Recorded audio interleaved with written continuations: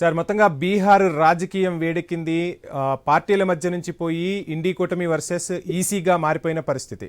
So ఈ నేపథ్యంలోనే ఒకవైపు రాహుల్ గాంధీ ఏమో ఓటర్ లిస్టులో అవకతవకలు చేస్తూ ఉన్నారు. ఈసీ మొత్తం కూడా ఇక డైరెక్ట్గా చెప్పాలంటే భారతీయ జనతా పార్టీ కబంధ హస్తాల్లో చిక్కుకుందని ప్రతిపక్ష నేత రాహుల్ గాంధీ విమర్శిస్తుంటే, బీహార్లో ఉన్న ప్రభుత్వం ఏమో మమ్మల్ని విమర్శించడానికి వారి దగ్గర ఎటువంటి తప్పులు కనపడట్లేదు, అందుకోసమే ఈసీని టార్గెట్గా చేసుకుని విమర్శలు గుప్పిస్తున్నారు. ఈ ఎన్నికల్లో మా విజయం నల్లేరు మీద నడక, రాహుల్ గాంధీ అపజయాన్ని ఒప్పుకున్నట్టే అన్నట్టుగా మాట్లాడుతున్న పరిస్థితి. ఎలా చూడాలంటారు? మీకు అట్లాగే కోటేశ్వరరావు నమస్కారం. ఐన్యూస్ ప్రేక్షకులు కూడా.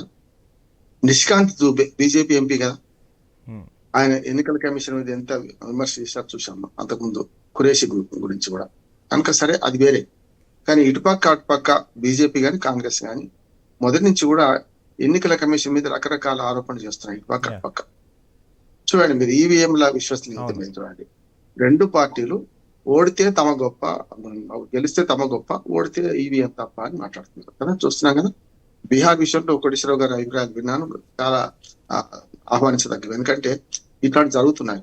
ఒక రకంగా చెప్పాలంటే ఆధార్ కార్డు అనుసంధానం చేయాలి ఏది ఓటర్ లిస్టులకు అని చెప్తే వ్యతిరేకించిన రాజకీయ పార్టీలే.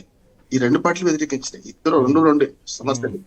ఆధార్ కార్డు చెప్తే అవసరం లేదన్న వాళ్ళు కాంగ్రెస్ కదా గతంలో. వాళ్ళ ఆధార్ కార్డు గోప్యతకు విశ్వసనీయతకు భంగం అని చెప్పి వాదించింది ఆనాడు కాంగ్రెస్ పార్టీ, అంతకు ముందు బీజేపీ. ఇవాళ ఆధార్ కార్డు గురించి మాట్లాడుతున్నారు వీళ్ళిద్దరు కూడా. కానీ అంటే ఆధార్ కార్డు మంచి చెడ్డు, సిటిజన్షిప్ కార్డు అంటే గతంలో లేకుండే. నేను అది అడ్వకేట్ గా పనిచేస్తూ చాలాసార్లు పోలీసులు వాళ్ళు మా కోర్టుకు పట్టుకొస్తారు. ఏమనంటే ఫలానా మల్లయ్య అంటే దొరికిండు, అనుమానాస్పద పరిస్థితులు తిరుగుతుంటే ఈయన పేరు ఏమంటే ఎల్లయ్య అలియాస్ పుల్లయ్య అని పేరు పెడతారు. నేనేమంటున్నానంటే ఒక కార్డు ఏదో గుర్తింపు కార్డు ఉంటే ఈ సమస్య రాదు కదా, అలియాస్ అనే పేరు పెట్టి ఉండదు కదా. ఇప్పటికీ మన భారతదేశంలో ఏదైనా ఒక గుర్తింపు కార్డుకి గుర్తింపు ఇవ్వాలంటే గోప్యతకు భంగం అని మన మేధావులు, మన పౌరులే వ్యతిరేకిస్తున్నారు, దాన్ని పార్టీలు సమర్థిస్తున్నాయి. కానీ అసలు సంగతికి వచ్చాకల్లా ఇప్పుడు వాళ్ళకి అవసరం ఉంటే ఆధార్ కార్డు మంచిది అంటారు, వాళ్ళకి అవసరం లేకపోతే మంచిది కాదంటారు. సమస్య అక్కడ వస్తుంది, అందు విధానాల వల్ల వస్తున్న సమస్య మనకు. అందుకని ఇక్కడ నేనేమంటున్నానంటే ఇవాళ మంచి చెడు కాంగ్రెస్ పార్టీ డిమాండ్ చేస్తున్నా, ఎవరు చేస్తున్నా సరే, కానీ ఆధార్ కార్డును అనుసంధానం చేయడం, దాని ద్వారా ఓటర్ లిస్టులను సవరించడం కావాలి. అన్నిటికంటే మించి మిగతా వాటికి ఏదో ఒకటి గుర్తింపు ఉంటుంది. ఆధార్ కార్డుకు మనకు ఏదైతే ఓటర్ లిస్ట్ లో మార్పులు చేర్పులు సహజం, ఎందుకంటే ఒకే తీరు ఉండడానికి వీల్లేదు. ఒక ఎన్నికల మన లిస్టు మరోసారి అదే ఓటర్ లిస్ట్ పనికి వచ్చే వీల్లేదు. గతంలో ఒకటి ఉండేది, మనకు స్థానిక ప్రభుత్వాలకు వేరే, అట్లానే మనకు అసెంబ్లీ పార్లమెంట్ ఎన్నికలకు వేరేగా ఉండేది. చాలా వాటి సవరించుకుంటూ వచ్చి ఏం చేసినామంటే రెండింటికి ఒకే ఓటర్ లిస్ట్ ని వాడుతున్నాం. ఇప్పటికైనా సరే ఓటర్ లిస్టులు సవరణలు చేసినప్పుడు ఒకటి వలస కార్మికుల ఓటు పడడానికి వీల్లేదు స్పష్టంగా. ఇవాళ నిజంగానే బీహార్ కార్మికుల గురించి చూస్తే మీకు కరోనా కష్టకాలంలో చూసాం కదా, అన్నిటికంటే ఎక్కువ మంది ఇక్కడి నుంచి తల్లిపోయింది బీహార్ కార్మికులే కదా. పట్టాల మీద రక్తగా చచ్చిపోయిన వాళ్ళు రకరకాల ఇక్కడి నుంచి ఎక్కువ మంది. ఇప్పటికి కూడా మన గ్రామాల్లో, నేను గ్రామాల్లో ఉంటా సార్, గ్రామాల్లో బీహార్ కూలీలు నాట్లు వేస్తున్నకు వస్తున్నారు. మరి వాళ్ళు బతుకు లేదు అక్కడ. మీరు అక్కడ ఉపాధి కల్పించకుండా నితీష్ కుమార్ గవర్నమెంట్ అంటే అద్భుతంగా చేస్తుందని 20 ఏళ్ల క్రితం వచ్చిన గవర్నమెంట్, ఆయన నితీష్ కుమార్ గవర్నమెంట్ రాగానే నేను స్వాగతించాను. కానీ ఒక విధానం, ఆయన చంచలత్వం, ఆయన ఓసారి ఎన్డీఏ ఓసారి యూపీఏ అనుకుంటూ మొత్తం మీద నాటకం ఆడుతూ 20 ఏళ్ళుగా అటో ఇటు ఎవరు వచ్చినా ముఖ్యమంత్రి నేనే అనుకుంటూ వచ్చి ఇవాళ బీహార్ ను వలస కార్మికుల అడ్డాగా మార్చిండ్రు. అక్కడ ఎవరు ఉన్న పరిస్థితి తీసుకొచ్చిండ్రు. రామ్మోహన్ రావు గారు, ఇక్కడ ఇంకో విషయాన్ని కూడా మనం గమనించాలి. మీరు చెప్పినట్టుగా ఏ పార్టీకి ఆ పార్టీ, వాళ్లకు గెలిస్తేనేమో వాళ్ళ క్రెడిట్, గెలవకపోతేనేమో ఎలక్షన్ కమిషన్ పై బురద జల్లే పరిస్థితి. సో ప్రపంచంలోనే అతిపెద్ద ప్రజాస్వామ్యం, ప్రపంచంలోనే ఒక మంచి రాజ్యాంగం అని మనం చెప్పుకుంటూ ఉన్నాం. ఆ రాజ్యాంగం ప్రతి ఒక్క పౌరుడికి కూడా ఓటు హక్కు కల్పించింది.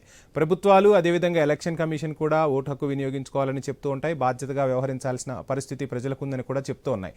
కానీ అసలు రాజకీయ పార్టీలే బాధ్యతను మరిచిపోయి ఒక స్వయం ప్రతిపత్తి గల సంస్థ, రాజ్యాంగం ఏర్పరిచిన సంస్థ మీద ఇలా బురద జల్లటాన్ని ఎలా చూడాలంటారు? సామాన్య ప్రజలకు ఏమర్థమవుతుంది? అంటే ఇప్పుడు చూస్తున్నాం రాహుల్ గాంధీ చేసిన విమర్శలు మనం పరిశీలిస్తే, కనీసం మేము ఓటర్ల జాబితా అడిగినా కానీ, అది మహారాష్ట్ర ఎలక్షన్స్ అయిపోయిన తర్వాత కొన్ని కోటి ఓట్ల వరకు ఎక్స్ట్రా జాయిన్ చేశారు. సో ఆ తర్వాతన్నా మేము చూద్దామని చెప్పి అడిగితే ఈ రోజుకి మాకు ఎలక్షన్ కమిషన్ నుంచి స్పందన లేదు అని రాహుల్ గాంధీ చెప్తూ ఉన్నారు. సో ఎలా చూడాలంటారు సార్?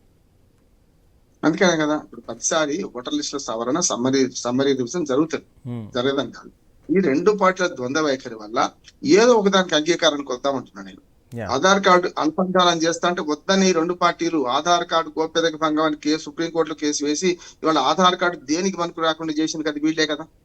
అంతేందుకు మీరు బ్యాంక్ అకౌంట్ తెరవాలంటే ఆధార్ కార్డు అవసరం లేదని సుప్రీంకోర్టు ఇచ్చిన తీర్పు ప్రకారమే కదా ఇవాళ దొంగ అకౌంట్లు, ఇవాళ దుర్మార్గమైన వైట్ కాలర్ నేరాలు రెండు జరుగుతున్నాయి. బ్యాంక్ అకౌంట్ తెరవని ఆధార్ కార్డు వద్దా?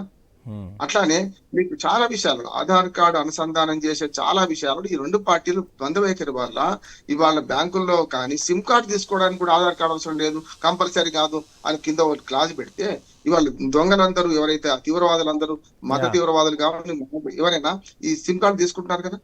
అందుకని ఈ ద్వంద్వ వైఖరితో సమస్య వస్తుంది. నేను చెప్తున్నా స్పష్టంగా ఆధార్ కార్డు అనుసంధానం చేసి జియో ట్యాగింగ్ చేసి వాళ్ళ ఇళ్లలోకి చేసుకొని ఒక రకంగా ఓటర్ లిస్ట్ ను సవరించాలి, ఖచ్చితంగా సవరించాలి. అందులో ఇక్కడ అన్యాయం ఏం జరుగుతుందంటే వలస కార్మికులు వాళ్ళు వచ్చి ఈ సమ్మరీ డివిజన్ లో వాళ్ళ ఇళ్లలో ఉండాలంట. ఒక్కొక్కరు హైదరాబాద్ కానీ ఇతరత్ర ఒరిస్సా నుంచి వస్తున్న కార్మికులు రకరకాలు వస్తారు. ఇక్కడి వాళ్ళు బీహార్కి వెళ్ళి ఆ ఒక్క రోజు 2 రోజులు అక్కడ ఉండి ఎప్పుడైతే సమ్మరీ డివిజన్కి వస్తారో వాళ్ళు తను కలిసాట వాళ్ళతో మాట్లాడితే అప్పుడు వస్తారట, వాళ్ళ ఓట్లు తీసేస్తారట. నేనేమంటానంటే 2000 ఈ సమ్మరీ డివిజన్ లో కంపల్సరీ ఓటర్ లిస్ట్ ఉండాల్సిన అవసరం లేదు, పక్క వాళ్ళ ఆధారం చూపెట్టుకున్న పలానా వాళ్ళు ఉన్నారా అంటే ఉన్నారంటే చేయొచ్చు కదా. అందుకనే ఇక్కడ పట్టణాల్లోనేమో అట్లా ఓట్లు తీసేస్తున్నారు. అది మేధావులు అంటే వాళ్ళు చదువుకున్న వాళ్ళు ఓట్లు లేక వాళ్ళే పోతున్నాయి. ఇటు పక్కన పేదల ఓటు కొడితే పేదల ఆశల మీదే ప్రజాస్వామ్యం బతుకుతుందని శాంతా సిన్హా గారు ఇప్పుడు అన్నారు. పేదల ఓట్లు కూడా తీసేస్తే ఈ పార్టీల మధ్య కొట్లాటలో అసలు ఓటర్లు అంటే ఇంకా ఓటు తక్కువ అవకాశం ఉన్నది. రైట్. రామ్మోహన్ రావు గారు ఒకసారి కోటేశ్వర గారితో మాట్లాడదాం. కోటేశ్వర గారు, మనం చూస్తున్నాం అంటే ప్రజాస్వామ్యం పరిడవిల్లాలి అంటే ఖచ్చితంగా ఓటు హక్కు ఉండాలి, ఎలక్షన్స్ లో ఓటు హక్కు వినియోగించుకోవాల్సిన పరిస్థితులు.